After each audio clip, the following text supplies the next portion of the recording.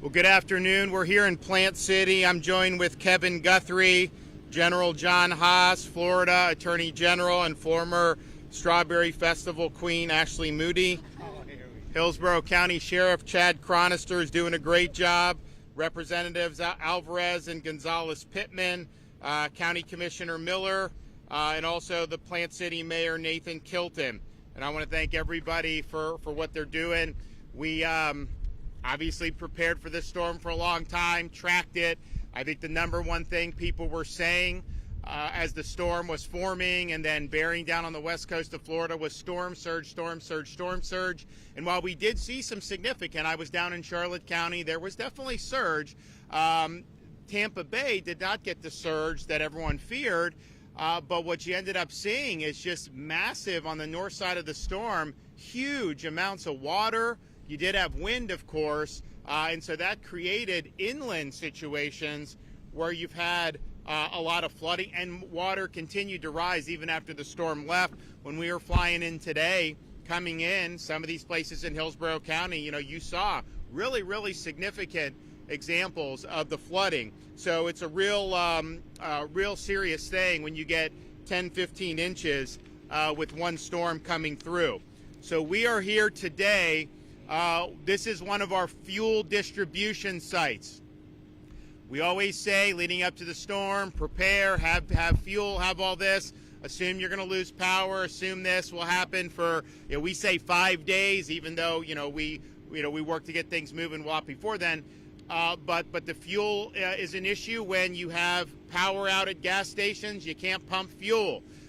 When you have ports that are interrupted, they don't get the shipments in as much. So we have a lot of fuel that we brought into Florida to be able to help get people through the patch as we get back and resolve, the private sector resolves the issue. So we stockpiled a lot of fuel. We've activated a lot of our fuel contracts, and we want to be able to give people an option. I see a lot of people waiting in lines for the gas stations that do have power, and these are really long lines. And obviously, as power gets restored, maybe some of them have generators that they can get on, and then the Port of Tampa is open. You're going to see the fuel flowing, but in the meantime, we want to give people another option. So this fuel depot here is one of the 3 sites that opened this morning. Plant City here, Bradenton 280K Road, and then St. Pete, 800 First Avenue South in St. Pete. We're in the process of doing more. We're going to do another one closer to the heart of Tampa in Hillsborough County. We're going to do another one in a different part of Pinellas County, and we're going to do at least one in Sarasota County, and perhaps some more depending on the demand that we have. And so these are free for people. We're doing 10 gallons per customer. So you go, you get it, and you could be on your way. So this is stuff that we are providing for people to be able to do. So these public fuel sites, although we have done fuel support in the past, we've never done it to this scale, and that is on top of the amount of fuel that we provided directly to service stations. As the ports closed, even though they had dockside operations, eventually that had to stop. We went and did 400,000 gallons of diesel directly into the supply chain, and then 500,000 gallons of regular gasoline directly into the supply chain. So some of the fuel that people got at the service stations was a result of Florida providing that. We also, prior to the storm, had 31 sites for emergency fuel distribution for first responders, healthcare workers, and other critical personnel. So right now, we still have 1.8 gallons of diesel and over 1 million gallons of regular fuel that are on hand in the state. And these are going to be used at these fuel depots primarily until the entire fuel situation is resolved. Now, we have Florida ports that are actively receiving shipments like Port Tampa Bay. Additional vessels are en route. They are filling up the trucks, and we're bringing the trucks where they need to be. Port Canaveral has taken on additional fuel vessels. In one terminal alone, did 531 trucks yesterday. And then we have Florida Highway Patrol that will escort the tankers from the ports to the respective service stations. Now, most of the fuel, if you see a gas station is out, most of that is they don't have power. Now, they may also need to get their fuel shipment as well, but if they don't have power to be able to run the pumps, then it's an academic issue. So what we're doing in the state of Florida, Kevin Guthrie and his team, they have generators that can be deployed. Now, a lot of these gas stations, quite frankly, are supposed to have generators. Very few of them have used them that I've seen, especially in the areas that were the hardest hit. Be that as it may, so Kevin and the DEM are working with the utilities. If you have a stretch where you got service stations and power is anticipated to come on later today, well, then they're not going to rush a generator down to rewire it for the generator when the power is going to come on anyways. If they think it may be 48 hours or more, then they're seeing that demand and bringing generators to those service stations. So I think you can continue to see that, but we are also optimistic that you're going to see a lot of these stations end up getting power relatively short order in the coming days. So major fuel effort underway. You're going to have more of these state-run sites that are going to be available. We understand, particularly to get people through the weekend, we want to be able to use the fuel reserves that we provided and get those into people's tanks. So I appreciate Kevin and his team working very quickly to make this happen. Yesterday, the state of Florida submitted our post-landfall major disaster declaration to unlock additional resources for the state. And this morning, we got that approved by the President of the United States. And we have been granted individual assistance, which is individual and households, and public assistance, which is emergency work and repair and replacement of disaster damaged facilities for 34 impacted counties, including Hillsborough and all the counties in this area. We've also submitted requests for the following federal programs to supplement other efforts we've already have active: transitional sheltering assistance, clean and sanitized non-congregate sheltering like travel trailers and hotels, and direct housing 18-month trailers. So Kevin can talk a little bit more about that, but he's working very hard on that. We have continued to have search and rescue teams active. I think as you've seen around Hillsborough, Pinellas, Pasco, when the storm left, and Kevin and our team had said this was going to happen, water continued to rise. So you've seen rescues done by the Hillsborough County Sheriff's Office, Florida National Guard, Florida State Guard, the other sheriff's departments and police departments in the area, and we appreciate that. Fortunately, some of the stuff we've seen is damaging, not though at the 15-20 feet, and so fortunately we never had the 15 to 20 feet storm surge, but still, rising water is very dangerous, and these guys have sprung into action. So all the folks who've responded locally, thank you for what you've done. We're now with Florida National Guard supporting 19 counties. We have 115 active missions, 28 engineer missions, which are helping clear sand off the roads and some of the things that the counties need focused on. 39 points of distribution in 14 counties. I know there were a number that opened in Hillsborough this morning. Those are basically responding to requests from the counties.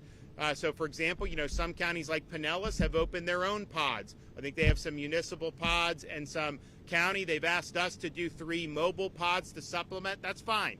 If you want us to do that, we'll do that. If you want us to do full pods, we'll do full pods. One of the things I've spoken with some folks locally about is ensuring that there's supplies of things like ice. And so we have major trucks filled with ice that are now en route to the Tampa Bay area, and that'll be available at these pods once those trucks arrive, and we're happy to do that. So as of this morning, over 1,000 individuals have been rescued from floodwaters or other hazards.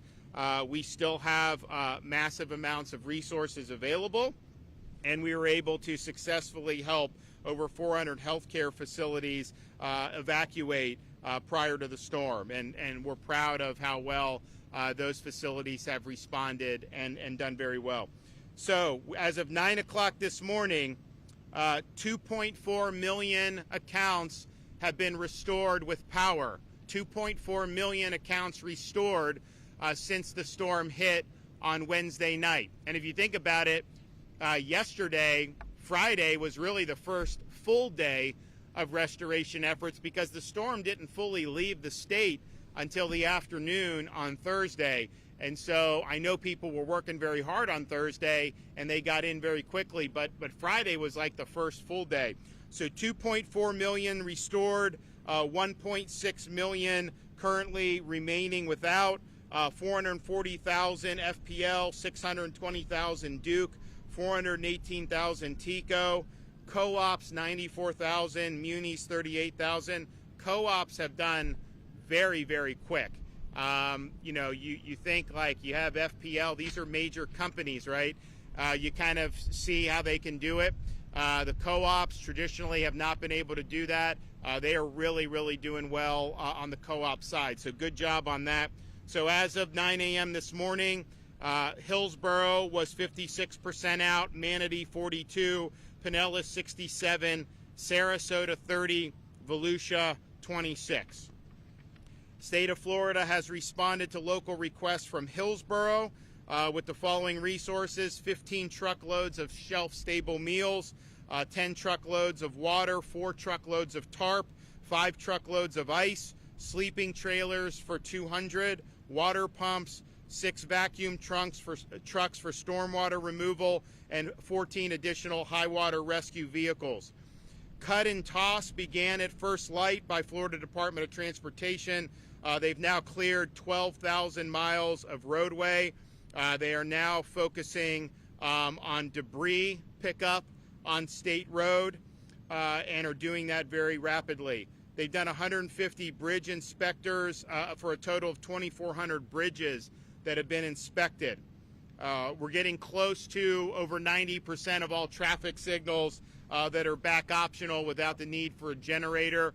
If you come to a traditional four-way stop signal and it's out, treat it as a four-way stop. All the major highways and bridges in the Tampa Bay area are open. All commercial airports besides Sarasota, Bradenton are open. We originally had a report that I said yesterday that it was going to be open this morning. It turns out they are going to need a few more days for that, so that will reopen Wednesday, October 16th. But all other commercial airports are open. 18 school districts that experienced closures last week will be open on Monday, October 14th. You can find the information for your school district if you go to fldoe.org/storminfo, fldoe.org/storminfo. Remember, we're still seeing hazards after the storm, especially in standing water. We have continued to see, unfortunately, some fatalities as a result of things like down power lines. So please continue to exercise caution as you recover from the storm. Ladder safety, generator safety. If you need help with things like clearing debris off your property, we have organizations that are in Florida that can help you with that. And you can call Hope Florida, 1-833-GET-HOPE, 1-833-GET-HOPE, to be able to see the resources that are available for you. And that Hope line will be 24/7 for the next 2 weeks. The Hope bus will be located in the following places today: New College of Florida in Sarasota, 10 a.m. to 3, Bayside Church in Bradenton, 12 to 5, and then Murdoch Baptist Church in Port Charlotte, 10 to 3. Hope teams will be deployed to canvass in St. Lucie, Fort Pierce, and Fort Myers neighborhoods to support communities that were impacted by the tornadoes. And they will be going door to door with supplies as well as with Activate Hope cards. Of course, we have our emergency bridge loan that has been activated. Businesses up to $50,000, agriculture up to $100,000, cattle and citrus up to $150,000. Zero interest loans, www.floridajobs.org/EBL. We've also now raised millions more for the Florida Disaster Fund, but if folks want to participate and help with that, I know there'll be a lot of people in this community that'll appreciate that. FloridaDisasterFund.org, FloridaDisasterFund.org. again, I want to thank everybody that's been involved. I know particularly here in Hillsborough County, you've had folks like Chad and his team have been working not just this storm, but from the previous storm. Same with Pinellas and Manatee, Sarasota, Pasco, all these places have been doing this now for close to 3 weeks from when we did the state of emergency for Helene. So it's not easy to do. People are rising to the occasion. We got a lot of work left to do, but we will absolutely get through this. Okay, Kevin. Thank you, Governor. Good morning, everyone. I want to pick up where the governor left off on this fuel. We're happy to report that, as he said, the ports are starting to take in fuel. By 12 o'clock today, there will be 4 different locations at the Tampa port that will be offloading 37.3 million gallons of fuel. That'll happen starting at 12 o'clock today, and that'll immediately be available for pumping into the distribution lines. Governor, it's because of leadership like that that makes us successful, that you were able to sit with federal partners, state agencies, and get that done. Urban search and rescue teams are finishing up the search and rescue operations, and I want to thank all the first responders, those that are here at this site and those that are at sites all around the state of Florida, for immediately jumping into action and getting to work. If you are still in need of reunification, you cannot find a loved one, American Red Cross is the best at that, so please make sure you call them at 1-800-RED-CROSS. That's 1-800-RED-CROSS for the reunification line. As the governor mentioned this morning, we have been approved. Actually, technically it was like midnight last night, but this morning we were approved for our major disaster declaration from FEMA. They have given us full Category A, which is debris removal, full Category B, which is the emergency protective measures that government, both of those categories are things that government run into problems. I'm going to address that in just a second. But more importantly, they've given us 100% individual assistance for the 34 counties that we requested.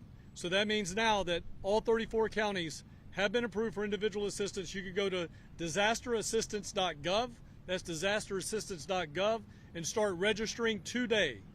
Now I want to caution you, if you're a victim of both Helene and Milton, you need to separate those two.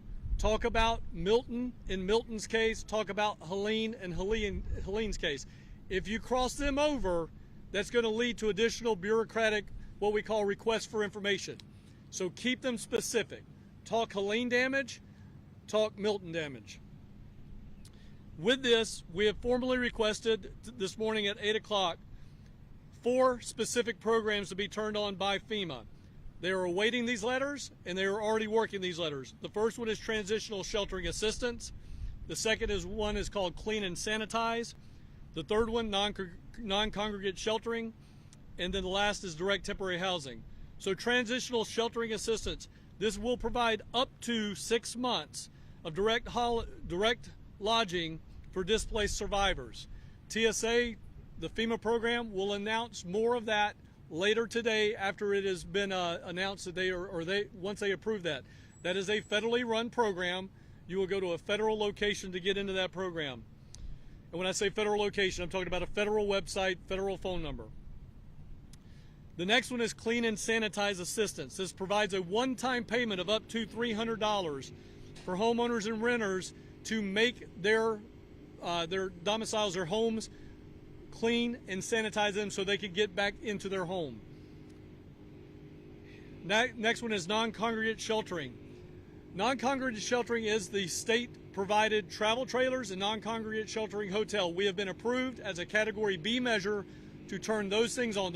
Again, Category B, emergency protective measure at the state and local government level to run those programs. So we are requesting that that be turned on. And again, we anticipate all of these being approved. The last one is FEMA's direct housing mission. FEMA's direct housing mission is the one where they go in and put a FEMA trailer on someone's property or in a group site location, and that is for up to 18 months. We'll provide much more information on all of these as they're approved and give people access to what the programs are.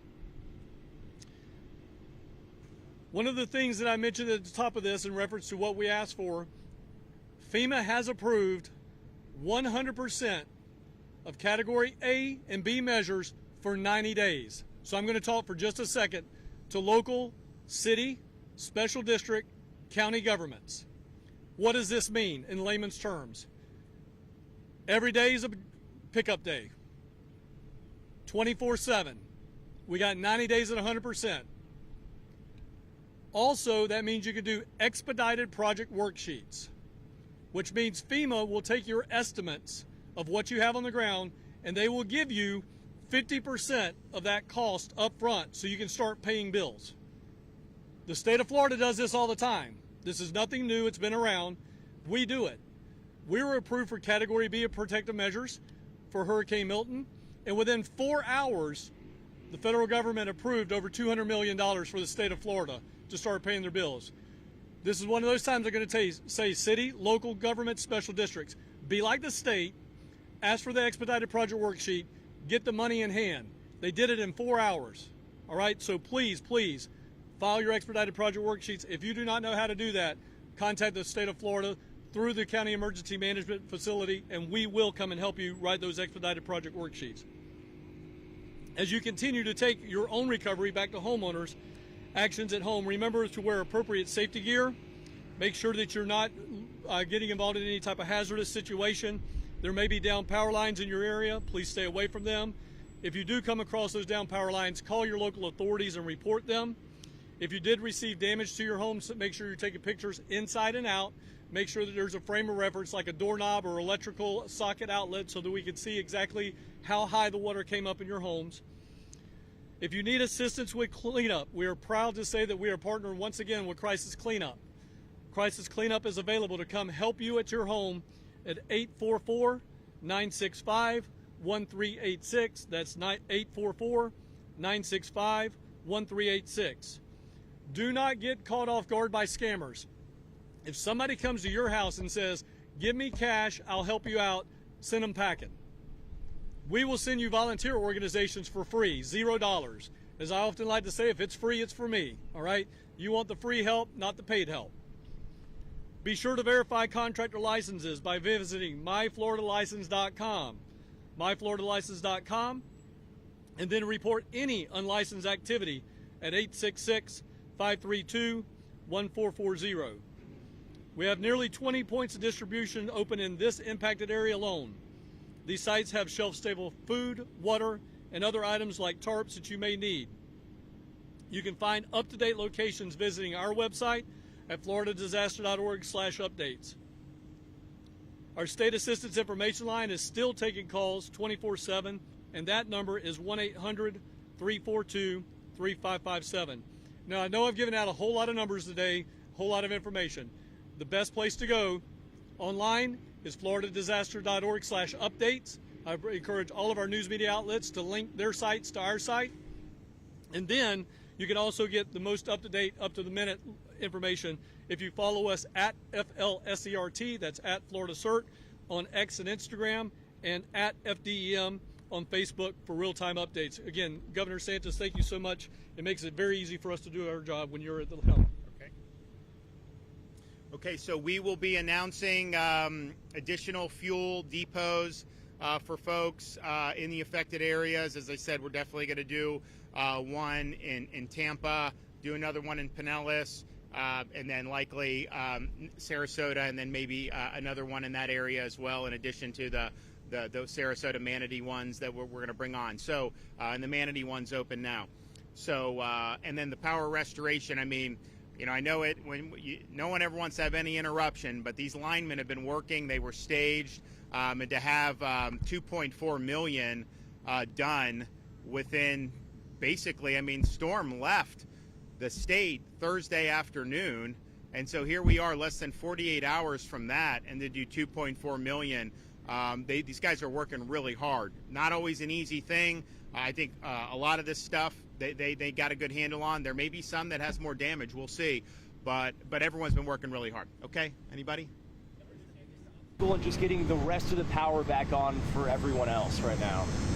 Well, I think you talk to the utilities on that. I mean, they have the personnel they need. Those folks were pre-staged. I think it's just a question of, you know, there was a lot of damage done in a broad area. It takes time to assess initially. I think they worked really hard yesterday. I think you started to see numbers start to come down, and I think you're going to see a very productive weekend for them.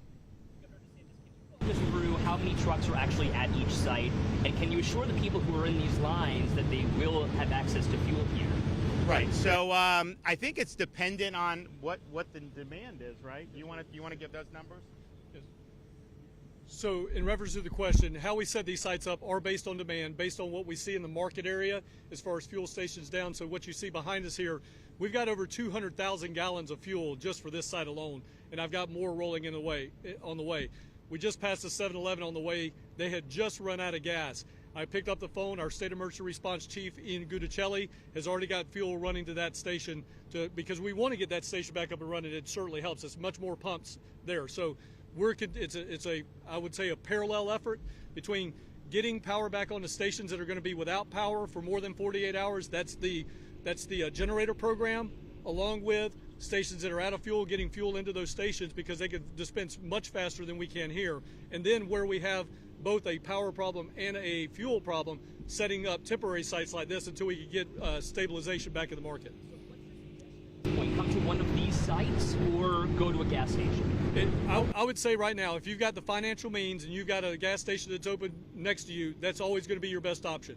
But if you're in a situation where you're financially struggling and you need help now, and I see a car that's being pushed up off to our left here, you're in that type of situation, this is the place you need to be.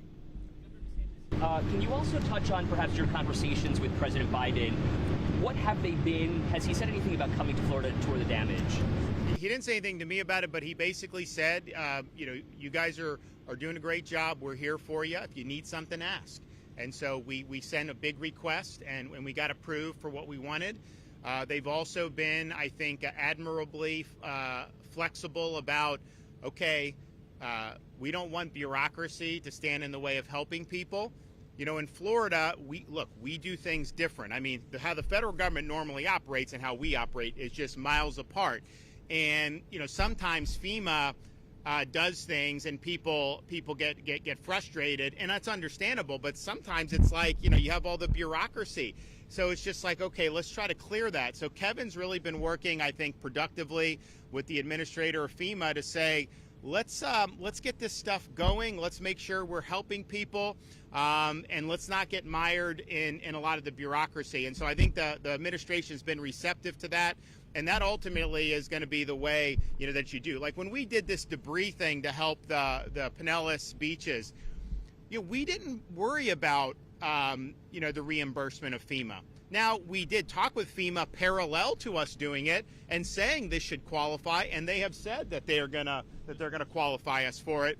But I think what happens in some of the local governments will wait on debris removal until all the paperwork with this, and you lose valuable time. So we don't want to lose valuable time. We want to push out resources now, and I think we're all singing on the same sheet of music on that. So I think it'll be a good thing.